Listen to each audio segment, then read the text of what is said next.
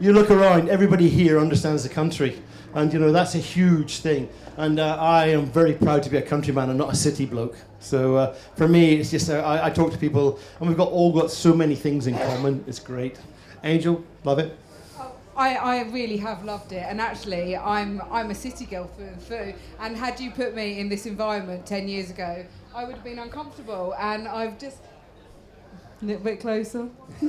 But I've really loved it, and what I've enjoyed, because our children are a real hybrid of myself, who's more of a city girl, and Dick, who's country, and they went shooting yesterday, and I didn't really particularly want to do it, but the children did it, and I was really excited for them to do it, because I kind of understand the country.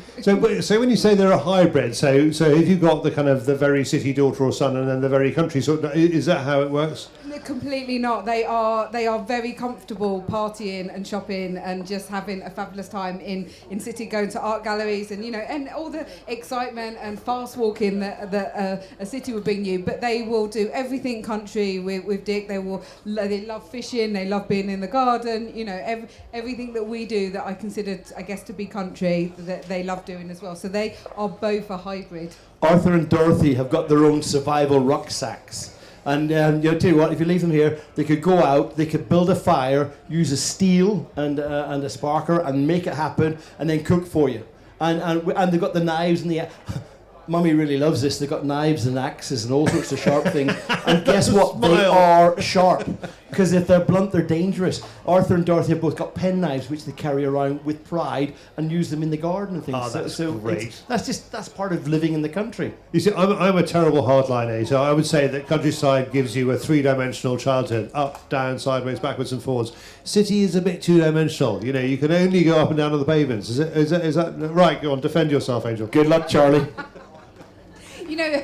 I mean, the thing is, when people have spoken to us and they say, "Are you living sort of, your dream?" And we are living our dream now. But when I was living in London and trying to make a career for myself, actually, doing the vintage tea parties, if I had been, this is how I felt about it at the time. If I had been in the country with not so much excitement and razzmatazz around myself, and the shops and the access to everything, I probably wouldn't have been able to carve that path in the same way. So London at that time was my dream, and then when we got together, this is our dream as well. So it is quite flat, but it's right time, right place. I think you've turned out all right. If all you had was London, I think you're okay. What is slightly remarkable about you is you always look like you're living your dream, both of you together. It is. I mean, I'd be annoyed if I wasn't so happy for you. Thanks.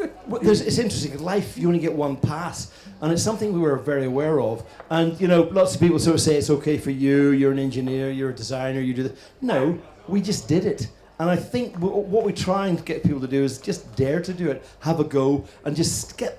Life is one pass, and if you remember that, you'll do more in it. And for us, I was over 50 when I met Angela, and now we are how many years later? A few, no. I've no idea, but it's probably 12, 13 years later, and we live in a castle with two beautiful children. There you are. It's a little bit more than that. Oh, what would I know? I'm old. I forget things so often. Can't give you the exact date. All right, let's go back to France. So let's have a little bit of that story, because imagine for you just arriving in France from the city. There was no halfway, was there? It's a bit like being dropped into the game fair by parachute, isn't it? I guess.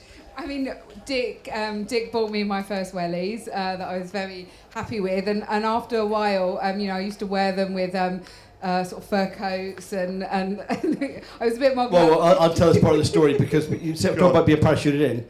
I bought Angela her first pair of wellies. Very simple green hunters, and the first time she took them out to wear them, she wore them with a wiggle dress, stockings and suspenders, and a fur coat. In Abergavenny. That's how lucky I am. All right. And sadly, I don't know where any of my suspenders are anymore. And That's very sad, actually. And But I have a lot of wellies and a lot of, let's say, comfy work trousers.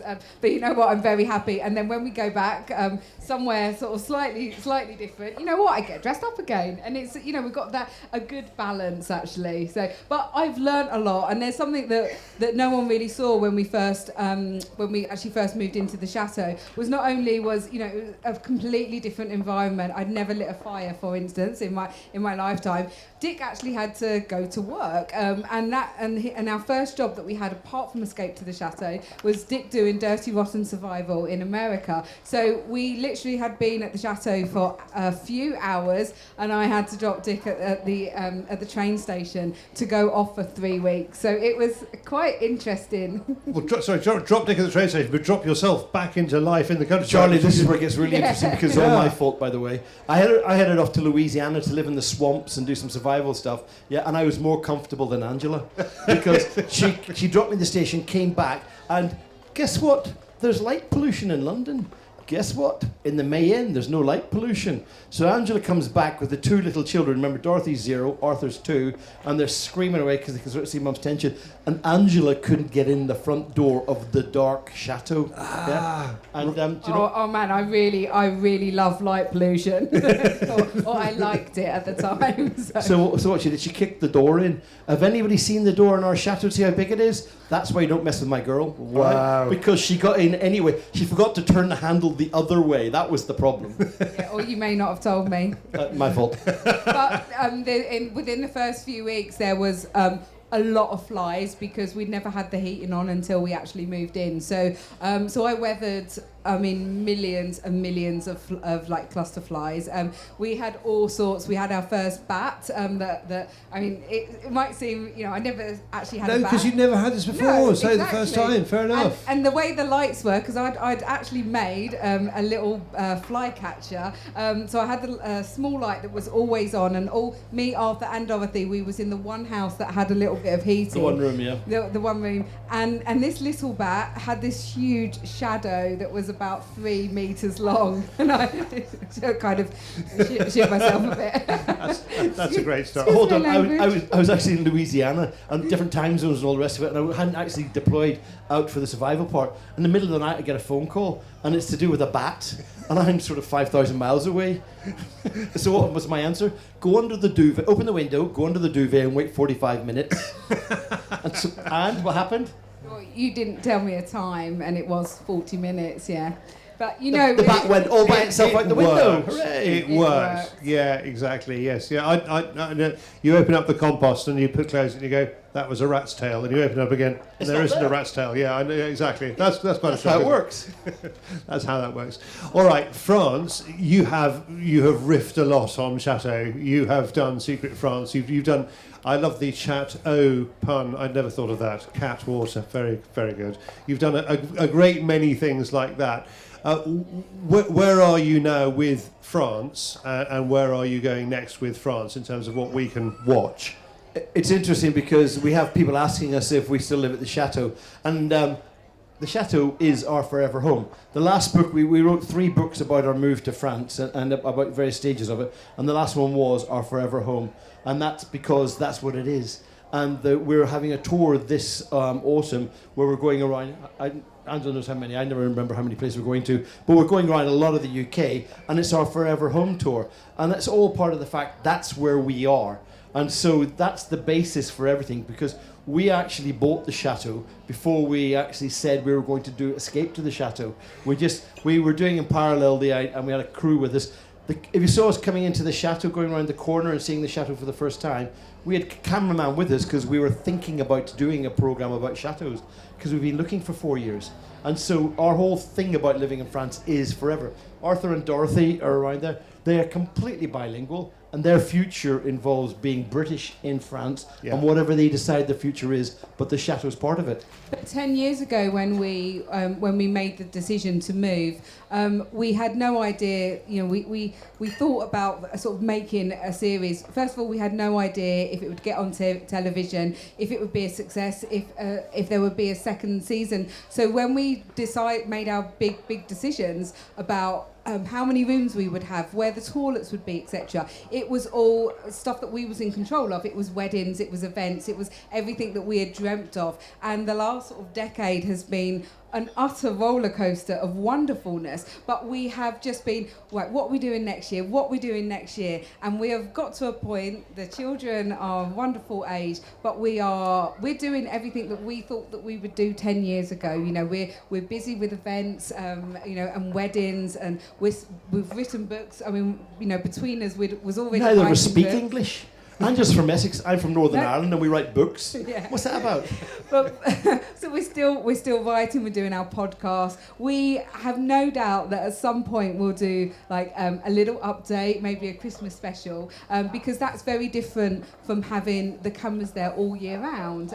But we know that because we get a lot of lovely emails, sort of. You know, from people saying nice things to us and saying, when can we see you back? We're not going to be ever doing the same Escape to Chateau because we did that for 10 years and you can't recreate that now. The children you've are done older, it, exactly. The Chateau's remade, and we, you know what, when we finished it and when we made our decision to and had the big party, it was exactly the right time to say that's been a lovely sort of decade. But right at the start, there was no plan B, was there? You basically, you had plan A and it had to work. But you don't need a plan B if your plan A is something you're going to do. And, you know, people worry about, you know, there was no jeopardy in Escape to the Chateau because if anything went wrong, we just fix it. You know, in your life, if something doesn't go right, you do the next thing. You fix it, you do something else. There's no sort of, oh my gosh, and there's no tears and running around. You think your way through it. And that's what Escape to the Chateau was. It was gentle because at no time did we doubt that we would do the chateau, we'd live in it with our children and do the things we wanted to do. And I think that's really important because I think we're quite cynical. And if you believe the jeopardy's been put in there for you and it's part of the television, nobody wants that. So we weren't interested in jeopardy. We just wanted to live our lives. And things never ever really go to plan. I mean, you've got to start, you've got to have a focus and a starting point, don't you? And, you know, it was... We didn't really know exactly what Plan A would look like because actually Plan A was probably more what we're doing now than the television side of things. And Escape to Chateau has been, like, I mean, I think it's been sold in like 62 territories around the world. It's been extraordinary, hasn't it? Yeah, it wasn't part of our Plan A to go to Australia and to America to tour and these incredible things that have happened to sort of the family because of that. But, you know, we always come down to the basics, and every year at the start in January, end Christmassy time, we say, right, what is right for the family? What's right for the children? We ask the children, what do you want to do this year? Not that they get a final say. That's very brave. But we do want to know because, you know, if they turn around and said, actually, you know what, Mum, Dad, we don't really like weddings anymore, we would factor that into our world because they're important. Dick. Your whole life and what you decide to do, that's where you make choices all the way through. And I think for us, living in the chateau and how we live is something that we think about all the time. And right, I've got 20 years on Angela, okay, and our life and how we're going through. It's really important that you sort of live it completely. And for Arthur and Dorothy, they're now Arthur going to senior school and the changes that take place at every stage. You have to embrace that. Do you know what? It was so lovely when Dorothy was 0, Arthur was 2, and they were running around, and that's a... 0? Yeah, that's right when we started. But every year was special. Yeah, Every year was special. Yeah, and I think that's where we are. It's just a matter of all of those things. And every year is a bonus, and every year is something that you have to just enjoy. You've done a fabulous job bringing France to our screens through a filter we can understand, British, broadly speaking, British and Northern Irish. I would say, Dick, you are a fairly natural, fairly obvious survivalist. You look like it. You're in that area, and you've had 2 days at the game fair. Is there anything you'd take back to France from the game fair and say this is a good idea? That's interesting because I love all the things we've seen, and it's. I haven't managed to get up to Gunmakers Row yet, and I haven't done it yet because we've been too busy walking around and doing things. I think everywhere you go here, you see a bit of Britain and the countryside, and you have to remember we live in a different world because from the chateau, Dorothy and I will look out the windows when there's a hunt on, behind us when there's a shoot on, and we'll see the deer and the wild boar walking behind the guns, walking through the chateau grounds and going sideways, and we love it. So we have a different sort of way of looking at it, but we have the same conservation at our heart.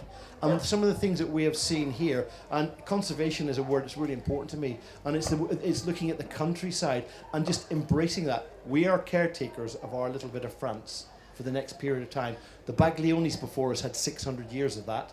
We've got the next little patch with the Strawbridges. And what we take away from here is there's an awful lot of history, but a very healthy future. We have an idea in the UK, I suppose, that there's quite a lot of France loves the British thing, and you can't surely get more British than the game fair. So, I mean, would you... Well, actually, this is a question for you, because you are all about style and loveliness. Are there stylish and lovely things you've seen here you'll take back to France? And the French... There must have been. She's been shopping. Oh, really? All right. What have you bought? No, well, I've done a lot of shopping, but I'd like to say it's mainly for Dorothy. Dorothy, put your hand up, because people haven't seen you for a little while. You're not the little baby anymore, so... There she is. Well, I have to say, I love the country chic. I don't know if that is the word for it. It is. But, yep. you know, the opportunities like this, I like to sort of get dressed up in clothes that I don't wear around the chateau every day. But I have to say, you know, now I'm completely just in wellies and when we're doing a lot of grubby work, you just end up getting into, I guess, a routine. And what has been really nice is that now I have seen more sort of like stylish country sort of clothes that I've ever seen in my lifetime. It's just been fascinating. But just going back quickly to what you were saying about what Dick was going to take back, it's just that I've loved watching Dick kind of just go back and reminiscing. And I think what this game fair has done for us is reminded you that you need to get your fishing rod out, and it needs to, you know, get your sort of the guns stuff sorted, and it's just all of that. You know what I mean? It was just under 6 years ago I went shooting for the first time. I got my first fly rod 55 years ago, a nice little Hardy that my sister gave to a boyfriend when I went off to join the army. Any fisherman, imagine your sister giving away a Hardy fly rod when you're not there. Tragic. Charlie, don't even talk about it. I'm still damaged, you can tell. Yeah, but that's my history, and that country sort of the ability to go and take wild brownies, the ability to go for a sort of a rough shoot and things.